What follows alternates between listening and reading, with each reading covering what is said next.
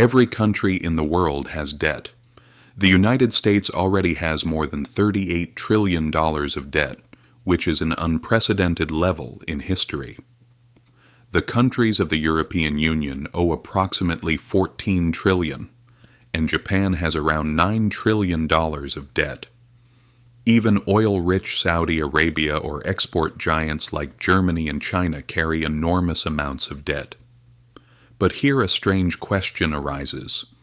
If everyone is in debt, then who are these debts actually owed to? This is the world of financial history. Money, power, and history meet here, and nothing is as simple as it seems. Debt is not just a burden. It is the structural order of the modern world. Every war, crisis, rise, and fall is built on this system. If you trace the chain of debt far enough into the past, a disturbing truth emerges. The world is actually indebted to no one. Debt has been given to the world itself, but not everyone can benefit from it equally. The emergence of national debt did not start in the famous Wall Street, but in wars. In 1694, England was at war with France, and its gold reserves were completely depleted. The king turned to merchants to fill the empty treasury. In return, he promised permanent interest payments backed by future taxes. Thus, the Bank of England was created. It became a revolutionary idea. The state could spend money it did not yet possess, and investors treated this as a tradable promise. Thus, government bonds were born, and the foundations of the modern financial system were laid. The United States also adopted this system to finance its revolution and expand its territory westward.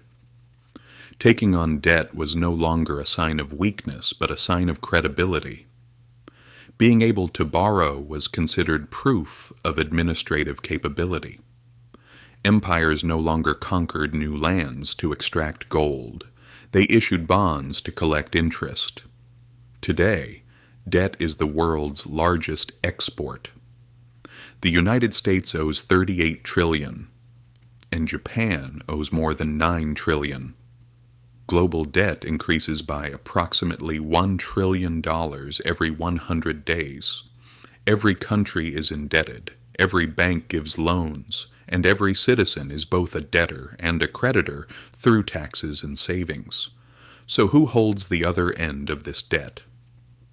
For example, in the United States, half of the $38 trillion of debt is held by investors, and the rest is owed internally to U.S. institutions. Japan and China hold a large portion of U.S. Treasury bonds, so saying the U.S. owes China is true, but this debt constitutes only a small part of the total amount. Most of the debt circulates within the system itself. Bonds are issued, banks buy them, the Federal Reserve buys and resells them, and interest payments are covered with taxes. The debt is real, but the claim often returns back into the system. This situation is not unique to the United States. Japan also lends to the U.S. through bonds. The U.S. lends to Europe through the IMF, and Europe lends to developing countries through the World Bank. In short, everyone owes everyone.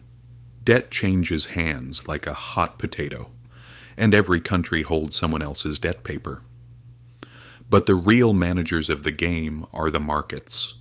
Behind government bonds are funds, pension funds, and central banks. They decide who will borrow easily and who will pay high interest. If trust disappears, currencies collapse, governments fall, and economies can change overnight. Central banks are the high priests of this system. When they buy bonds, they create new money. One party's debt becomes another's asset.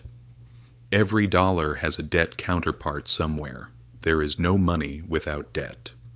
And today, debt is not designed to be paid off, but to be continuously renewed. The United States will never fully repay the $38 trillion it has borrowed. Japan has been rolling over its debt for decades. Why? Because government bonds are the safest collateral for investors. The system functions as long as states do not fully pay off their debt. In short, debt is the heart of the modern economy. The goal is not to eliminate debt, but to keep it sustainable and reliable. The system is built on trust. If trust disappears, the economy stops. Debt is no longer a burden for states, but a tool of balance. But this balance is not equally distributed. Payments flow from citizens to institutions. Debt is not a transfer between countries, but between social classes. Those who own the debt gain, those who pay lose. But as long as the engine keeps running, debt continues to exist as both a cycle of payment and a cycle of trust.